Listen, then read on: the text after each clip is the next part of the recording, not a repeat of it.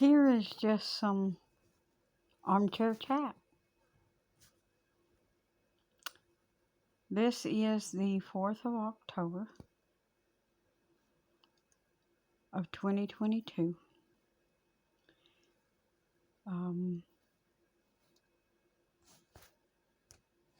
It is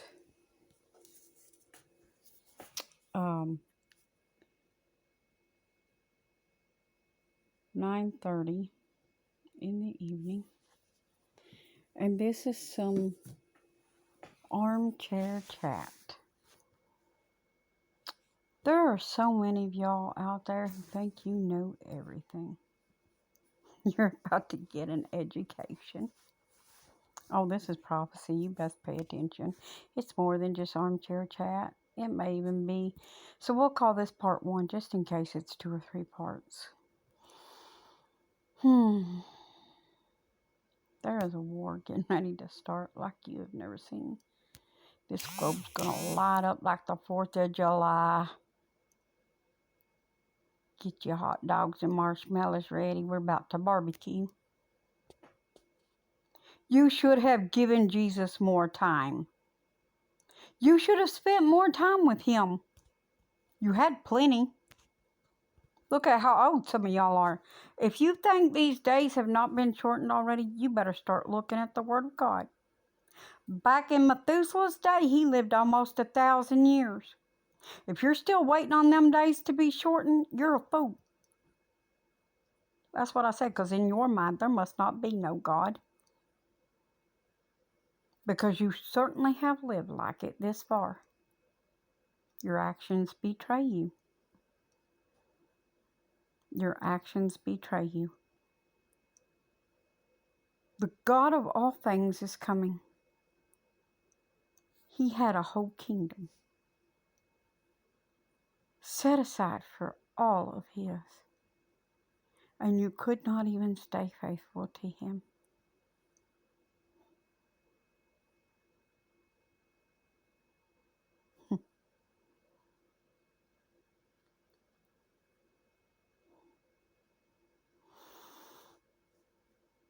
I am trying to maintain some rapport.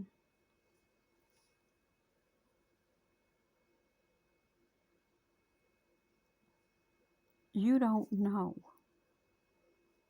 what he gave up for you. Everything he gave up for you. You're so selfish, and you think just because you didn't get every little thing that you wanted while in this life, you weren't supposed to be laying up treasures here.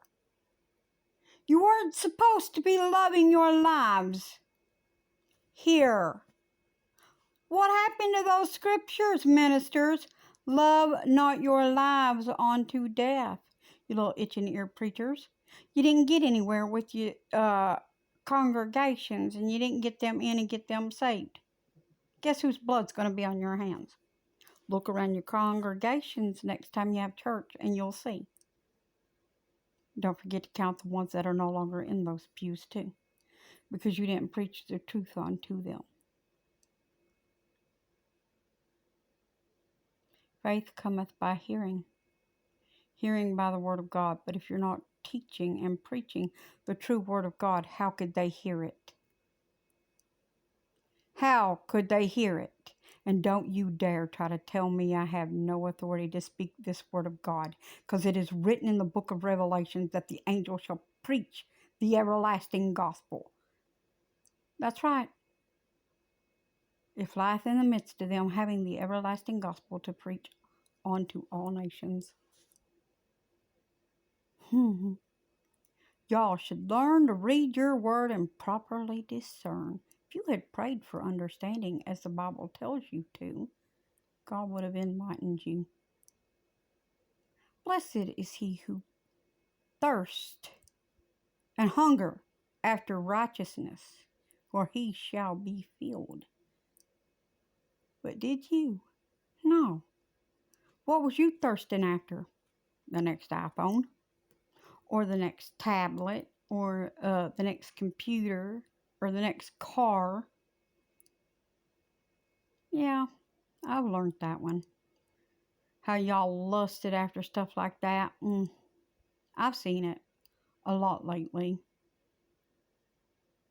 That was never something I lusted after. Lord said I had to take that one that I got. Not that I'm not grateful. Don't think that. I'm very grateful to the Lord for everything He has ever given me. Everything. He has been kind. No, I have not had everything given to me on a silver platter, like some people think. I wasn't supposed to. Jesus didn't even have a place for His head to lay, except for on a rock. Look where you lay your head. How much better have you had it than the Son of Man? Yet He said the servant is not above the master, but look how you get to lay on a bed. A comfortable, soft bed. Most of you anyway. With soft pillows. How would you like to lay on rocks with a rock for a pillow? It gets pretty cold in the desert at night. You know that? How would you like to have to lay there with no cover, no blanket, nothing to lay on? Maybe not even having food in your stomach. That's what He did. He walked, and if the trees produced, he ate. Look what happened to the fig tree when it didn't give Him something to eat when He was hungry. He commanded it to shrivel and die.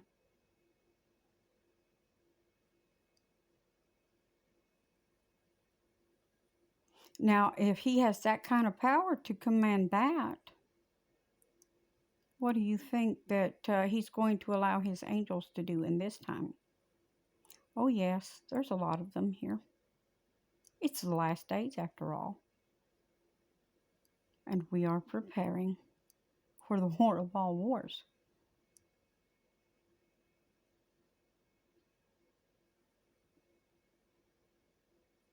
And just because you don't see them doesn't mean they are not present.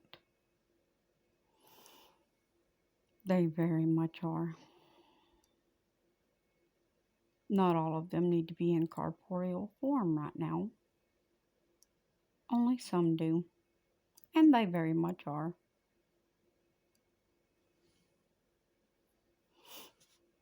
Now, my identity I've already revealed. But that doesn't matter. Because the identity you needed to know was Jesus, and you didn't. You didn't take the time to get to know Him. You didn't take the time to know anything about Him. You didn't really care. All you wanted was your genie God. Rub the little lamp and wish, wish, wish upon a star that He would fulfill your heart's desire. Oh, give me a new house. Oh, give me a new car. Oh, give me a new spouse. Give me, give me, give me. While I let all these things occupy my time. Oh, I've got so many vehicles now, I don't know whether to choose the side-by-side, the four-wheeler, the RV, the car, the truck, the boat. I don't know what I want to drive today. I've got so many things, I barely got room to park everything. I really need more parking. You talk about these politicians tearing down old barns, building up new. What about you? Look at your homes and all the things you have, but look at the people that are in this world that have been doing without while you had plenty. And then you worried about what people were going to give you. You worried about what people were going to give you, wondering if anybody was going to give you anything. When you have. But you've been setting on it and setting on it and setting on it. For what? It's getting ready to burn. You might not have access to it in a week. It's getting ready to be turned over. The NWO is getting ready to flip that money all into a different kind of currency. All that you have may not be what you have tomorrow. And you've been relying on that and holding on to it, saving it for a rainy day. Well, guess what? I don't know if you'll see the sun again for a while. And I don't mean really, literally. I'm talking about with all that's getting ready to happen, all that you're getting ready to lose. Better get you a box of Kleenexes, because let me tell you, you're getting ready to do a lot of boo-hooing. Don't expect God to feel sorry for you. Where were you? Where were you?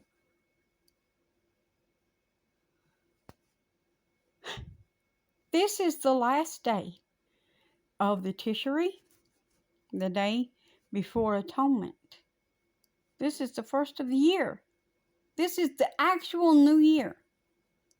And how many of you are praying the old year out and the new year in? None of you. But you know what? There's a large group of Jews at the Wailing Wall. Thousands even. Even a bunch on Temple Mount trying to do their thing there and blow the trumpet. On Temple Mount for Yom Kippur. But they're in fights over there. They're being beaten up for standing there and standing their ground. They're being called names. They're being mistreated by those that do not want them on Temple Mount. They may not know who Messiah is, but they're still trying to stand there and do what they know they're supposed to. You, however, knew who Messiah is, and you still did not stand up for him. No, instead you stood up for traditions of man, keeping your little Christmas and your little pagan holidays and your little Oktoberfests and Halloween and all that stuff.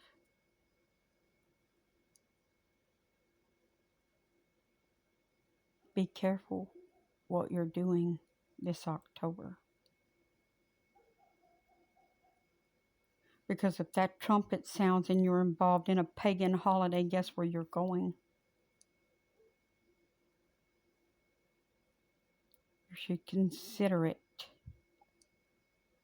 Think it's all right for you to dress like harlots and things like that one day a year because it's only one day a year? You think it's all right for you to run down the beach in a bikini and wear a pair of shorts over top of the bikini and run down through there when you're supposed to be a holy vessel of God? No. No, because if it ain't something you'd wear in the church, you best not be on it on the beach out there in front of people. You're in the world. You're in the world on that beach. How is your light shining when you're dressed like a harlot just like them? I don't care if you agree that bikinis and bathing suits are, because your opinion does not matter. What is in that holy word of God, and there's nowhere in there where it tells you to put on a bikini or a bathing suit. Nowhere. You're going to go to hell for these things that you're doing. You better clean it up. And I mean quick. You better get that oil in your lamp, because it's clear you don't have it. Holy vessels don't go off showing their nakedness to strangers on the beach.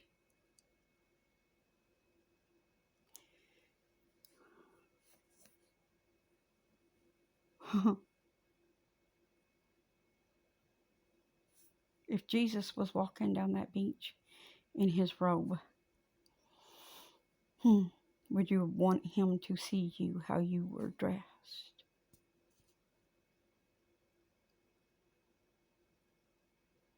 Because you were defying his word. I'll see you in part 2.